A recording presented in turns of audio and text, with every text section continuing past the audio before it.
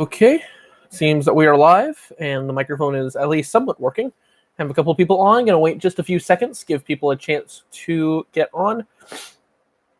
Somewhat big week this week, although I'll go ahead and tell this. Well, no, I'll give people just a chance to get on before I start formally.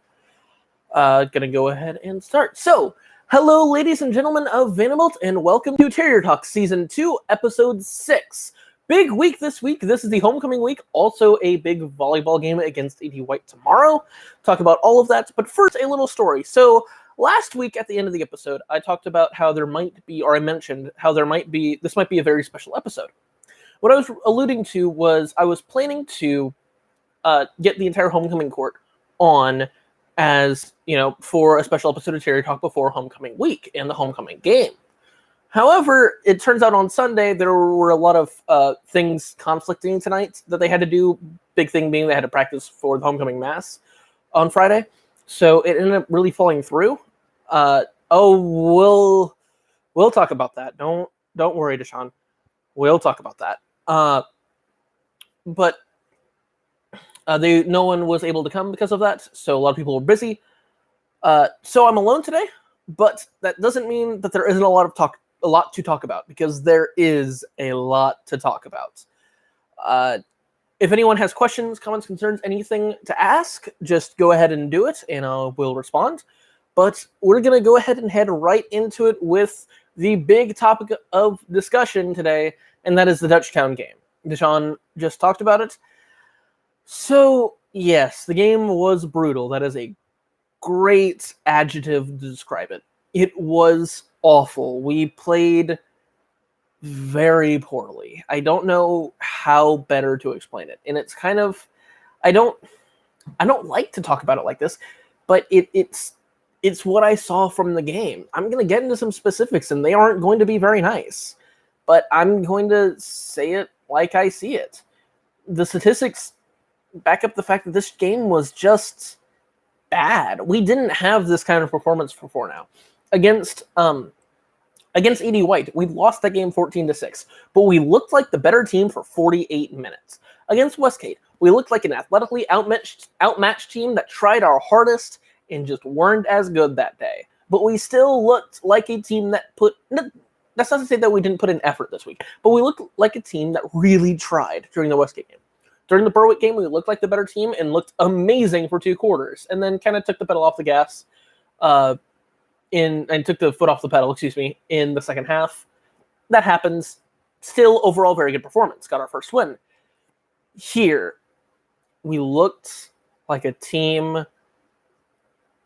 We looked awful. I don't know how better to say it. Going over some statistics during this game, we got outgained in total yards 334 to 181, which obviously almost getting doubled up there is very poor. But outside of that, only having 80 passing yards and 100 rushing yards. Very few bright spots in this game. I'll talk about one in just a little bit, which is that rushing game. So the defense first. Let's start with the defense. So the defense gave up 334 yards, 2 for 6 on third down, which is still pretty good, honestly. We'll take it, but we need more than 6 third down attempts. But the big thing was tackling. It just felt like, especially when they got towards that perimeter, tackling our DBs or going up against our DBs just couldn't tackle their wide receivers during the game or their running backs when they got to that secondary. There were plays I can recall with 3 missed tackles, 4 missed tackles, 5 missed tackles. These should have been 2, 3, 4-yard gains that were broken off for huge gains and even touchdowns. And they killed any and all momentum we could have been building up at that time. That was what was killer. Not to say more than anything else. The offense was even looked worse than the defense did. But that was big in that game. Use an example. A little bit about the offense here. One of the biggest bright spots. We had a really long drive. We were down 17-0. We have a really long drive. We're driving down the field, get down all the way to the Dutchtown 11-yard line. We have to kick a field goal. We get it blocked. That's not good, but we're showing that our team can maybe compete with them, maybe put together a drive, maybe play hard, and make this game close. The next play, Dutchtown, I think it was a running back, breaks 3 or 4 tackles and scores a touchdown for like 70 yards. and killed all of the momentum that we had. So the defense looked, and I think a big reason. I mean, there's a very clear and valid explanation as to why this happened. We had, I think, 4 starting DBs, and 3 of them were wide receivers or converted wide receivers, or at least 3 of the 4 or 5 DBs that played a lot during this game were converted wide receivers in this season. Ja'Cory Wells played a lot of wide receiver, of course, played a lot of wide receiver in the game and played some DB. John-Luc Lapierre played some defensive back, also playing a lot of wide receiver and quarterback and running back even. And then Landon Rogers pretty much fully converted to defensive back for this game and the game before. And none of them are true defensive players, and it showed. There were a lot of missed tackles, maybe not specifically by them, but it's an explanation. Some of the Dutchtown players probably will play for LSU. Dutchtown, look, I mean, another part of this, and this was similar with Westgate, Dutchtown's an amazing team. They're a 5A team. They're really good. They're really talented. Now, I thought that we matched up a lot better against Dutchtown than we did against Westgate, and I thought we'd be able to compete and maybe even win the game because of that. Dutchtown's a very run-heavy team, and we seem to be able to defend the run better than the pass. And really, Dutchtown was still not able to put a drive together against us. It was either a 3-and-out or whatever it was, or it was a 1 or 2 play, 80-yard drive that was explosive. There was no just chunk play, 8 yards, 6 yards, 8 yards, 8 yards, 7 yards, 5 yards, all the way down the field. That didn't happen. Our defense probably won't give up one of those drives all season, or maybe one at maximum. Still haven't given up a 3rd down conversion in the first half, which is an interesting statistic throughout 4 games. Our defense, that's just how our defense plays. It's either a 0-yard gain or an 80-yard gain. And that means that we're going to dominate time of possession probably all season, especially if our offense can continue those 19-play drives that 19-play drive that we had during the Dutchtown game. We dominated time of possession. I think it was 32 minutes to 16 minutes, or somewhere along those lines. That is a phenomenal statistic. It doesn't mean anything when you lose 52-0, which was the final score, and I'll talk about that a little bit in a second. But, I mean, that alone is great.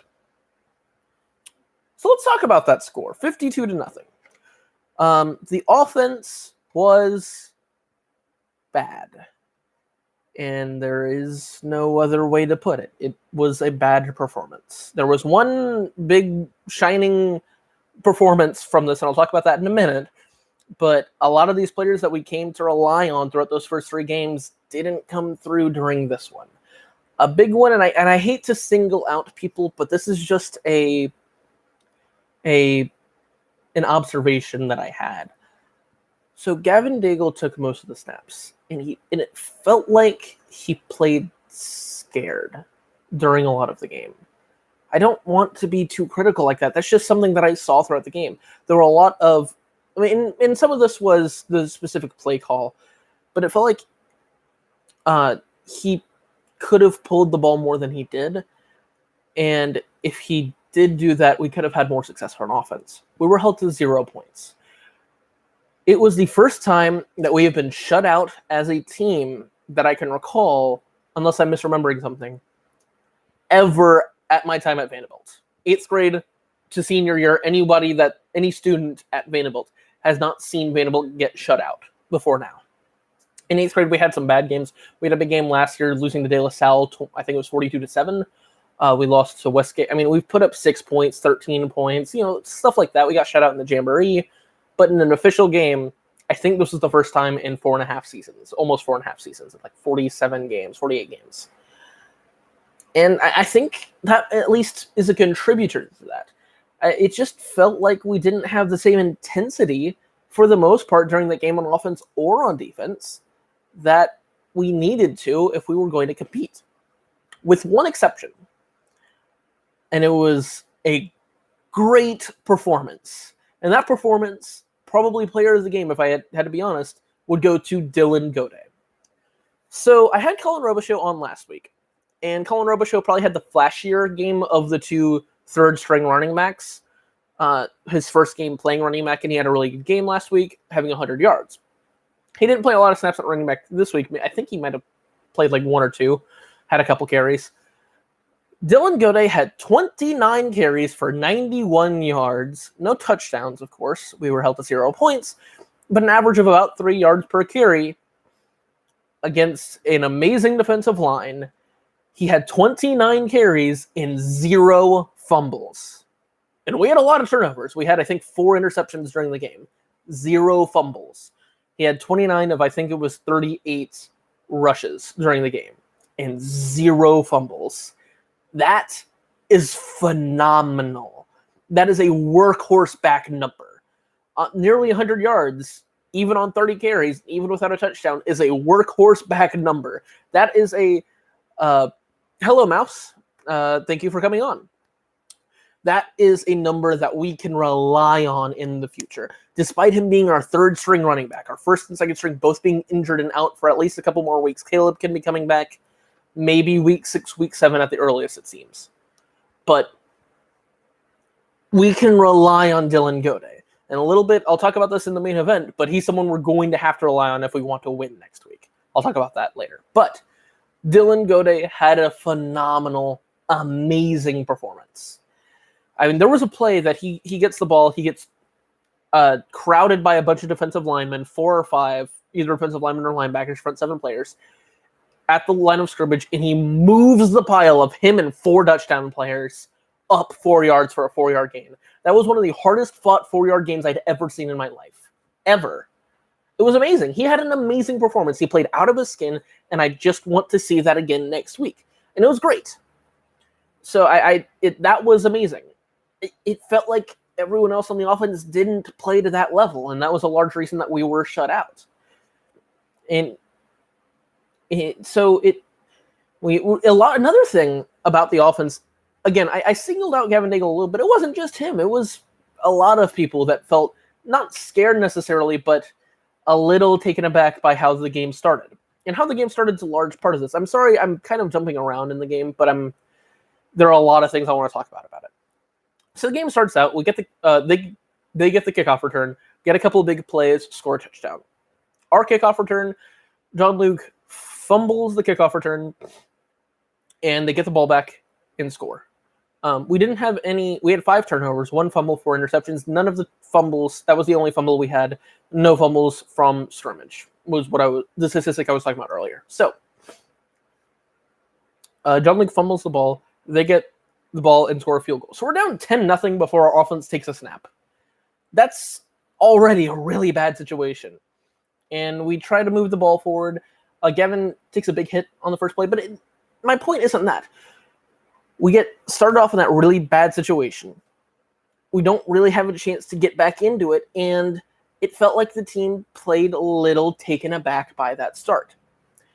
Again, not just Gavin. Take the wide receivers. I don't think they were scared. I don't want to say they were scared, and I don't think they were. But there were multiple situations, especially on third down, for a team that got shut out. Going 50% on third down is pretty solid. We went 9 for 18. We had 9 third down conversions in this game. Part of the reason we dominated time of possession. And we still came up with 0 points. Gavin, we made completions to wide receivers, and for whatever reason, instead of having a chance to get some yards after the completion, after the reception, they end up having to go down with the reception, stopping a lot of potential explosive plays, big plays, touchdowns. And that felt like a big difference between this game and, say, the Berwick game, where we can make those great plays by Hunter, by Jacory, by Hayes is out, but from those players, from John Luke, and instead of getting those yards after the completion, yards after the reception, yards after the catch is the term I was looking for, we were very limited on those for whatever reason, and that slowed our offense down. We didn't get those explosive plays, and that's really the largest reason why we were held to exactly 0. So the offense just felt taken aback a little bit. And it really was everyone other than Dylan Gode. He got handed the ball off 29 times for a reason. I mean, he was a true workhorse on Friday, and I cannot applaud him enough for that. Great job, Dylan. So, yeah, the defense looked not great. The offense looked bad. Dylan looked very good. I mean, we had some good performances time and time on defense, but no one had more than 4 tackles, which isn't a good sign. I think Chandler led the team with tackles at 4. Sean Diebold had a really good play. We end up having the first play from scrimmage. So we go down 10-0. Then we get a handoff to Dylan Goday as our first offensive play. Goes for no gain. Gavin Daigle drops back, throws, and it's picked off, and that pick is run back to the 4. So after 2 offensive plays, we're down 10-0, and seemingly we're about to be down 17-0.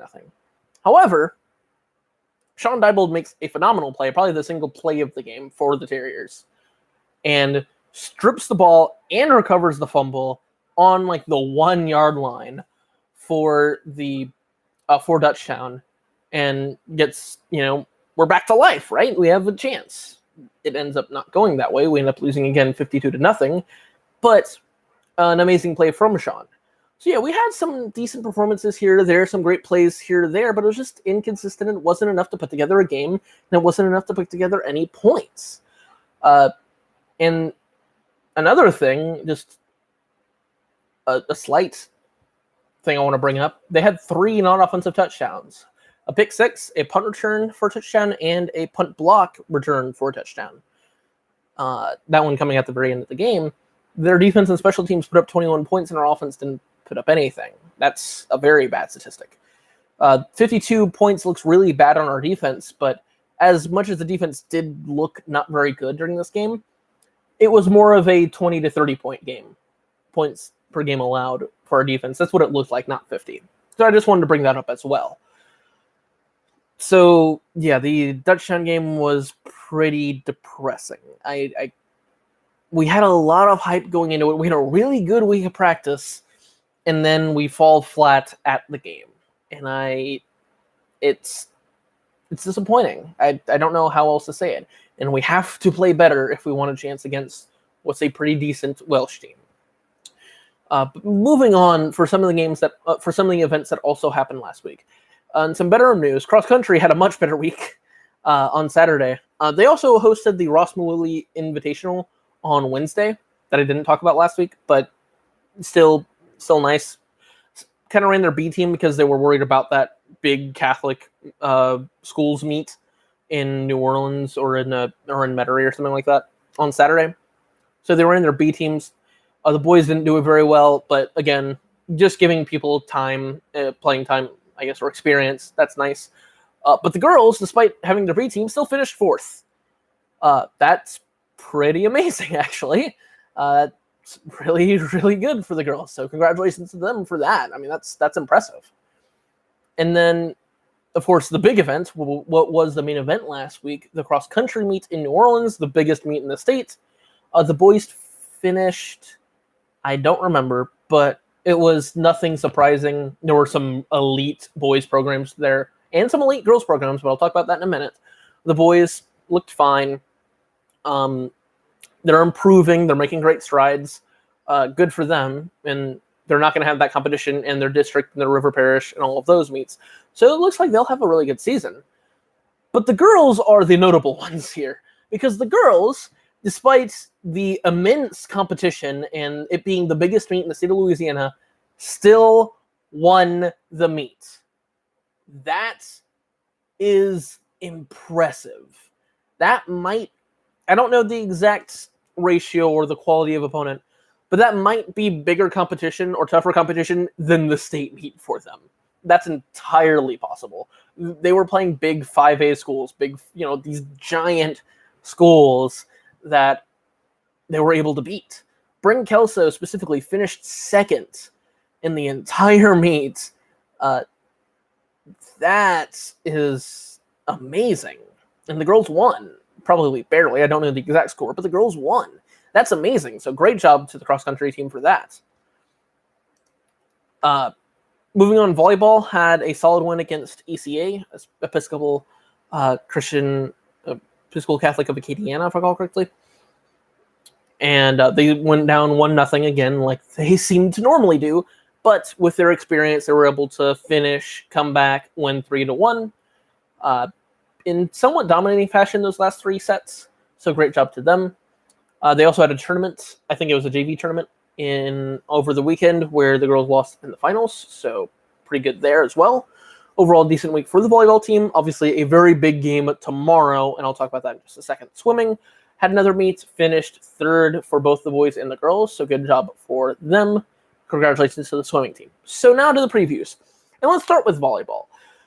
In any other week, this would probably be the main event because it's a pretty big game. But with this being homecoming week, it only makes sense to make the homecoming game the main event. But I will go ahead and start with it, and that is a volleyball game tomorrow night at Edie White. This is huge. This is a rematch from the state championship game last year. Edie White is ranked as one of the best teams in the entire state, second in their class, sixth in the entire state of Louisiana. Vanderbilt's gone down a few ticks because we've had some tough losses against some really good teams. We're down to like 13th or something like that in the state. Still an amazing program, still back-to-back state championships, of course. But we're 3-4, they're 4-3. Theoretically, if you look back at last year, of course, we won that big state championship volleyball game. We should be favored, but Edie White is favored a little bit going into this game. It's at home. It'll be a huge crowd, probably. I mean, these are two elite state volleyball programs. There isn't going to be a state rematch because I'm pretty sure Edie White's volleyball team is still in 3A or Division 3 while we're in Division 2. But still a huge rivalry game, of course. And I wish, of course, the Terriers the best of luck going into this game. Edie White is a great team, and they're not going to be an easy team to beat. But I think we have the tools, I think we have the players, and I think we have the ability to beat them. If we can avoid that slow start, that would be great, because Edie White is a great team, and we might not be able to come back after that. They might take advantage of that potential 1-0 lead they can take. So hopefully we can have a great game there, and I hope as many people as possible can come out to that game tomorrow night. Cross country. Oh, volleyball also has a game against Assumption. I think it's on Thursday, Wednesday. I'm not sure when it is, but district game should be a game they should win. Of course, best of luck to them for that as well. So cross country has a meet on Saturday. I don't know many specifics about it, but obviously a big chance for them to further the improvement and the success they have had. The girls, I think, are undefeated at all of these meets. If you can call it undefeated, have finished first at all of these meets, which is phenomenal. It's amazing. And of course, best of luck to them. But finally, the main event, so this is homecoming week, and this is that big game, the big homecoming game hosting the Welsh Greyhounds. The Welsh Greyhounds. So, a few notes about this game. Welsh is a good team. They're not as good as Dutchtown, and they're not as good as Westgate, but they're a good football team. They're a solid, decent football team. But they are also very beatable. One specific weakness I think I've seen that they have is they have a bit of a weak rush defense, which is interesting after the last two games where Gavin Daigle against Berwick went off, had a great game, 4 rushing touchdowns, and then of course this week with Dylan Gode some kind of turning into that workhorse back that we need in that backfield. We have a lot of weapons rushing on this team. So this team is almost built, if we have success, if we have a great week of practice, and if we play well, our team is built to be able to win this game. That's the big thing. We have a team that is built to be able to win this game. Why? They have bad run defense. We can take advantage of that. And if we win time of possession and run the ball and stuff the ball down their throats, they might not have very many possessions. And if we can win time of possession and give our defense room to breathe, and if it starts rolling, and it can start rolling even against good teams, and Welsh isn't that great, they're beatable. If we can get that to start rolling where their defense is on the field for, 60, 70% of the game even, it can get wearing, it can get jarring, and especially if the game stays close, that can come to matter in the fourth quarter. That could be the difference between a win and a loss. And we'll probably, just the way this defense has played, we're going to dominate time of possession. That's how we are. We don't give up big drives. And our offense is built, especially against a team with a weak running defense, to take advantage of big drives and have big, long drives and give a chance for that defense to breathe, our defense to breathe, and dominate in the next drive when they change possession. I have a feeling this will be a somewhat low-scoring game. This isn't going to be an easy game. Welsh is a good team. They're a decent team. But I think we can come away with the victory. I really do think we can come away with the victory. And if we do, big thing. Our district isn't great. They're all beatable teams. This could be something special if we can get the ball rolling now, come away with a big victory, a big homecoming victory, and have a, obviously very enjoyable dance, of course, the day after. It could be this could be something special, even after what was a very disappointing game against Dutchtown. This could still be something worth watching, worth going to, worth being a part of. That's of course my biggest hope. That's what I hope to see over these next 6, 7, 8 weeks, and I hope everyone else can be along for the ride as well. So I hope everyone can come out to that game and all the games, all the events for Vanderbilt this week. And I hope to see you guys next time. Same channel. See ya.